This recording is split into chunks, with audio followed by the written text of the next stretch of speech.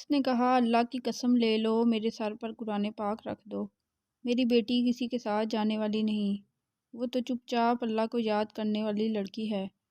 میں نے پوچھا، جب اقبال کے ساتھ اس کا رشتہ طے ہوا تو کیا وہ خوش تھی؟ زرینہ کی ماں نے کہا، یہ بات میں آپ کو سچ بتا دیتی ہوں کہ وہ بالکل بھی خوش نہیں تھی۔ میں نے پوچھا، تمہاری بیٹی کیا کہتی تھی؟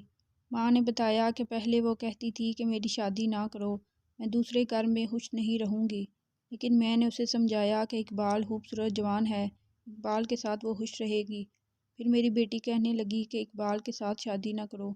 ماں نے بتایا کہ جب میں نے اپنی بیٹی سے وجہ پوچھی تو اس نے کہا، شادی سے میرا دل گھبراتا ہے، میں تو یہی سمجھی تھی کہ نو عمر لڑکی ہے، اس لیے شادی سے گھبرا رہی ہے۔ میں نے زرینہ کی ماں سے پوچھا، تو پھر تمہارا کیا خیال ہے کہ وہ اقبال کو پسند نہیں کرتی تھی یا وہ کسی اور کو چاہتی تھی؟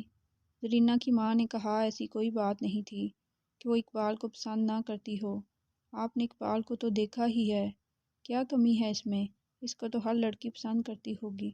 زرینہ کی ماں نے کہا کہ اس کی بیٹی باہر گھومنے پھرنے کی شوقین نہیں تھی اور نہ ہی وہ کسی اور کو چاہتی تھی، اپنی بیٹی کے لیے تو میں قسم بھی کھا سکتی ہوں کہ وہ اس طرح کی نہیں تھی، اور دوسری بات یہ کہ وہ بھاگ کر جاتی بھی کہاں، اپنے گھر ہی تو آتی، اور اس کی شادی کو 1 مہینہ ہوا ہے، اس 1 مہینے میں وہ 3 مرتبہ میرے پاس آئی تھی، اور میں نے اسے اس کی ساس سسر اور اقبال کے سلوک کے بارے میں پوچھا تھا، اس نے کوئی شکایت نہیں کی تھی۔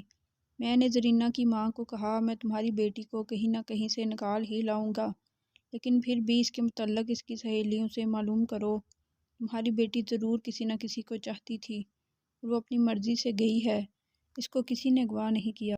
زرینہ کی ماں سوچ میں پڑ گئی، میں اس کو دیکھتا رہا، کچھ دیر بعد وہ بولی، آپ کہتے ہیں کہ وہ اپنی مرضی سے گئی ہے، لیکن یہ غلط بات ہے، میں آپ کو زرینہ کی ایک بات بتاتی ہوں، زرینہ کو نیند میں چلنے کی عادت تھی۔ میں نے حیران ہو کر پوچھا، نیند میں چلنے کی عادت تھی تو کیا وہ نیند میں گھر سے باہر بھی نکل جاتی تھی؟ زرینہ کی ماں نے بتایا کہ وہ مہینے میں 1-2 مرتبہ آدھی رات کے وقت نیند کی حالت میں اٹھ کر چل پڑتی تھی۔ ماں یا گھر کا کوئی فرد جاگ اٹھتا اور اس کو روکتا تھا، لیکن اس کو احساس تک نہیں ہوتا تھا کہ کوئی اسے روک رہا ہے، وہ صحن میں چکر لگا کر واپس آ جاتی تھی۔ 2 مرتبہ چھت پر بھی چڑھ گئی تھی، خوش قسمتی سے دونوں مرتبہ ماں نے دیکھ لیا تھا، اسے بازو سے پکڑ کر نیچے لائی تھی، مگر زرینہ کی آنکھ نہیں کھلی تھی، اس حالت میں اس کی آنکھیں ادھ کھلی رہتی تھیں۔ اس کو یہ مرض شادی سے 5-6 سال پہلے شروع ہوا تھا، ماں باپ اس کا علاج تویزوں اور خانقاہوں سے کرتے رہتے تھے۔ میں نے زرینہ کی ماں سے پوچھا، کیا تم نے زرینہ کے سسرال والوں کو بتایا تھا کہ زرینہ کو یہ بیماری ہے؟ وہ بولی، نہیں جی، اگر بتا دیتے تو وہ زرینہ کا رشتہ کبھی بھی نہ لیتے، میں نے اس عورت کے ساتھ بھی بہت مغز کھپایا، اس کو تو میں نے بہت دفعہ کہا کہ اس کی بیٹی کسی اور کو چاہتی تھی اور وہ اس آدمی کا سراغ لگانے کی کوشش کرے، مگر وہ کہتی تھی کہ ایسا کوئی آدمی نہیں ہے۔ میرے دماغ میں اب زرینہ کا نیند میں چلنا اٹک گیا تھا۔ زرینہ کی ماں کو میں نے اٹھا دیا۔ میں نے گاؤں کے نمبردار کو بلایا اور اس کو کہا کہ تمہارے گاؤں کی ایک لڑکی لاپتہ ہو گئی ہے، اس لیے وہ ہمارے ساتھ مل کر لڑکی کو ڈھونڈے، یہ پتہ بھی لگائے کہ اس لڑکی کا درپردہ دوستانہ کس کے ساتھ تھا۔ میں نے زرینہ کے باپ، سسر اور خاوند کو ساتھ لیا اور تھانے آ گیا۔ کوئی انسان لاپتہ ہو جائے تو بہت ساری کاغذی کارروائی کرنی پڑتی ہے، دوسرے تھانوں کو لاپتہ فرد کا نام، پتہ اور حلیہ لکھ کر بھیجا جاتا ہے۔ میں نے ASI کو اس کام پر لگا دیا اور زرینہ کے خاوند کو اپنے پاس بلا لیا۔ میں نے زرینہ کے خاوند اقبال کو کہا کہ اگر اب بھی تم مجھے کچھ نہیں بتاؤ گے تو پھر میں یہ کہوں گا کہ تمہاری بیوی نے تم کو پسند نہیں کیا تھا اور تم نے اس کو قتل کر کے لاش کہیں دبا دی ہے، تمہاری خاموشی مجھ کو شک میں ڈال رہی ہے۔ میں نے کہا، اقبال، تم نے دیکھا ہوگا کہ میں نے تمہارے گاؤں کے کتنے آدمیوں کے ساتھ باتیں کی ہیں، اور تمہاری ماں نے بھی مجھ کو کچھ بتایا ہے، زرینہ کی ماں نے بھی۔ اب تم مجھ کو صرف اس سوال کا جواب دے دو کہ شادی سے پہلے تم ہنستے مسکراتے تھے، مگر شادی کے بعد تم کو کیا ہو گیا ہے؟ اتنی خوبصورت لڑکی کے ساتھ شادی کر کے تم نے اپنے آپ کو کون سا روگ لگا لیا ہے؟ اقبال نے کہا، جناب، میں نے اسے قتل نہیں کیا، اگر میں نے اسے قتل کرنا ہوتا تو پہلی رات ہی قتل کر دیتا۔ میں نے پوچھا، کیوں؟ پہلی رات کیوں قتل کر دیتے؟ اقبال نے اس طرح آہ بھری جس طرح کسی کے دل کے اندر بہت زیادہ غم بھرا ہو۔ پھر اس نے اپنا سر جھکا لیا۔ میں اس کو دیکھتا رہا۔ کچھ دیر بعد اس نے سر اٹھایا۔ اس کی آنکھیں سرخ ہو گئی تھیں۔ وہ ایک خوبصورت جوان لڑکا تھا۔ اس نے کہا، میں کمزور دل والا آدمی نہیں ہوں اور مجھ کو پتہ ہی نہیں ہوتا کہ اداسی اور غم کسے کہتے ہیں، لیکن جب میری شادی ہوئی تو پہلی رات میری بیوی نے مجھ کو کہہ دیا کہ میرے قریب نہ آنا، کیونکہ میں نے تم کو دل سے ہم قبول نہیں کیا۔ اور اس نے یہ بات ڈرتے ڈرتے یا کسی شرم و حیا کے ساتھ نہیں کی تھی، بلکہ اس نے بڑی دلیری سے مجھ کو ہاتھ سے پیچھے رکنے کو کہا۔ میری بیوی کے متعلق مجھ کو سب نے یہ بتایا تھا کہ تم کو جو دلہن مل رہی ہے وہ اتنی چپ چاپ رہتی ہے کہ اس کو گونگی کہتے ہیں، لیکن اس گونگی نے مجھ کو گونگا کر کے رکھ دیا تھا۔ میں پلنگ سے اٹھ کر اس کے سامنے کھڑا ہو گیا۔ جو آدمی اپنے آپ کو شہزادہ سمجھتا ہو اور کہتا ہو کہ اس پر لڑکیاں مرتی ہیں، اسے ایک لڑکی کہہ دے کہ پیچھے رہو، میرے قریب نہ آنا، وہ تو برف کی طرح پگھل کر پانی بن جائے گا یا پھر آگ کا شعلہ بن جائے گا، وہ مر جائے گا یا مار دے گا۔ مجھ کو ایسا لگا کہ میں برف کی طرح پگھل گیا ہوں۔ میری زبان میں بولنے کی طاقت نہ رہی۔ وہ سمجھی کہ مجھ کو بہت زیادہ غصہ چڑھ گیا ہے۔ اس نے مجھ سے کہا، تم مرد ہو اور میں ایک کمزور لڑکی ہوں، مجھ کو مارو پیٹو یا مجھ کو قتل کر دو، لیکن میں تمہاری بیوی نہیں بنوں گی۔ زبردستی بیوی بناؤ گے تو میں تمہارا مقابلہ نہیں کر سکوں گی، تم سے لڑائی جھگڑا نہیں کروں گی، لیکن یہ سوچ لو کہ میں تم پر ایسے ایسے الزام لگاؤں گی کہ تم منہ چھپاتے پھرو گے۔ اقبال نے کہا، مجھ کو یہ بات معلوم تھی کہ عورت اگر مجھے مشہور کر دے کہ میرا آدمی میرے قابل نہیں تو آدمی کا سر جھک جاتا ہے۔ ویسا ہی میرے ساتھ ہوا۔ میں نے اپنی بیوی کو بہت ساری باتیں کہیں اور اس کو سمجھایا کہ وہ نکاح کے وقت انکار کر دیتی، اب تو وہ میری بیوی بن چکی ہے۔ اس نے کہا، میں تمہارے گھر سے بھاگوں گی نہیں، بلکہ تمہارے گھر میں ہی رہوں گی، لیکن میاں بیوی والا تعلق نہیں رکھوں گی۔ اس نے اپنے چہرے سے گھونگھٹ اٹھا دیا تھا۔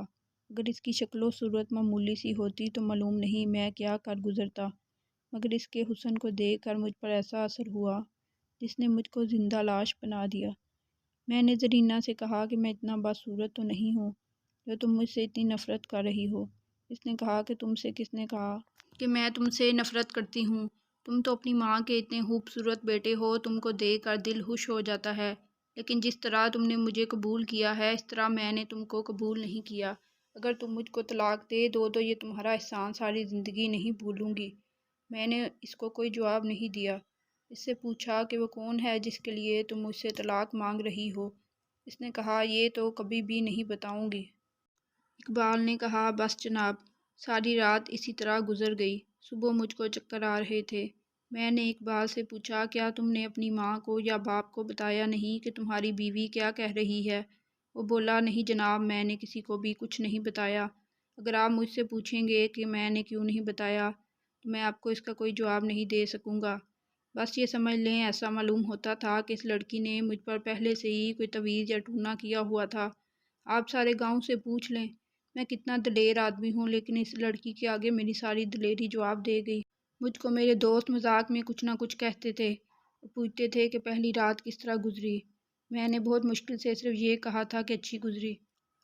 اقبال نے کہا، جناب آپ کو تو معلوم ہوگا کہ تویز اور ٹونا کیا ہوتا ہے۔ عامل لوگ ہوتے ہیں جن کے ہاتھ میں کچھ علم وغیرہ ہوتا ہے، کسی عامل کے پاس الٹا علم بھی ہوتا ہے، کچھ ایسے لوگ بھی ہیں جو علم کو نہیں مانتے۔ زیادہ تر لوگ اس علم کو اپنے دشمنوں کے خلاف استعمال کرتے ہیں۔ اقبال کو یہ یقین تھا کہ اس کی دلہن زرینہ نے اس کے پاس آنے سے پہلے اس پر کالے علم کے تویز کرا لیے تھے، اور یہ یقین اس کو اس لیے تھا کہ وہ اتنا خوبصورت اور دلیر جوان ہے، مگر ایک لڑکی کے آگے وہ برف کی طرح پگھل گیا تھا۔ اس کے دماغ میں زرینہ کے خلاف کوئی کارروائی آتی ہی نہیں تھی۔ اقبال جب مجھے بیان دے رہا تھا تو میں بے صبری سے انتظار کر رہا تھا کہ وہ آخر میں کہے گا کہ اس نے زرینہ کو قتل کر دیا ہے، یا یہ کہے گا کہ اس نے زرینہ کو گھر سے نکال دیا ہے، اور وہ اگر اپنے ماں باپ کے پاس نہیں گئی تو فلاں آدمی کے پاس اس لیے چلی گئی ہوگی کہ وہ اس کو چاہتی تھی۔ مگر اقبال تو پہلے ہی بتا چکا تھا کہ اس نے زرینہ کو قتل نہیں کیا۔ میں نے اقبال سے کہا، تم مجھ کو یہ بتاؤ کہ کیا تم کو معلوم ہے کہ وہ کس کو چاہتی تھی؟ اقبال نے بتایا کہ اس نے یہ معلوم کرنے کی بہت کوشش کی تھی، لیکن اس کو پتہ نہیں چلا۔ اس نے زرینہ سے پوچھا بھی تھا، مگر اس نے بتایا نہیں۔ زرینہ کے گھر والے اور گاؤں والے اس کو شریف، نیک اور خاموش رہنے والی لڑکی سمجھتے ہیں۔ میں نے اقبال سے کہا، کیا اس 1 مہینے میں کبھی ایسا ہوا کہ زرینہ رات کو اٹھ کر چل پڑی ہو اور ویسے ہی صحن میں چکر لگا کر واپس بستر پر آ گئی ہو۔ اقبال نے ذرا سوچ کر بتایا کہ نہیں جناب، ایسا تو نہیں ہوا، مگر آپ نے یہ کیوں پوچھا؟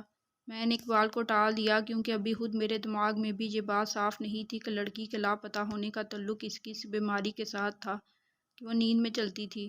میں نے اقبال سے کہا، تم نے زرینہ کے خلاف کوئی نہ کوئی کارروائی تو ضرور کی ہوگی۔ اقبال نے کہا، جناب یہ تو ایک روگ تھا، مجھ کو لگ گیا تھا، میں تو کسی کو بتاتے ہوئے بھی شرماتا تھا۔ میں نے زرینہ پر کوئی زبردستی نہیں کی۔ شادی کو 6-7 روز گزرے تو میں اپنے پیر صاحب کے پاس چلا گیا اور ان کے قدموں میں سر رکھ کر بہت رویا۔ وہ پیر صاحب کو بتایا کہ میری بیوی کے دل پر کسی اور کا قبضہ ہے، وہ مجھ کو اپنا خاوند نہیں مانتی۔ میں نے ان کو یہ بھی بتایا کہ اس لڑکی نے میرے اوپر تویز کرا دیے ہیں، میں اس لڑکی کے سامنے بول نہیں سکتا۔ صاحب نے مجھ کو کہا کہ تم اپنی دلہن کو میرے پاس لے کر آؤ، میں اس کو تمہاری بیوی بنا دوں گا، وہ تجھ کو اپنا خاوند تسلیم کر لے گی۔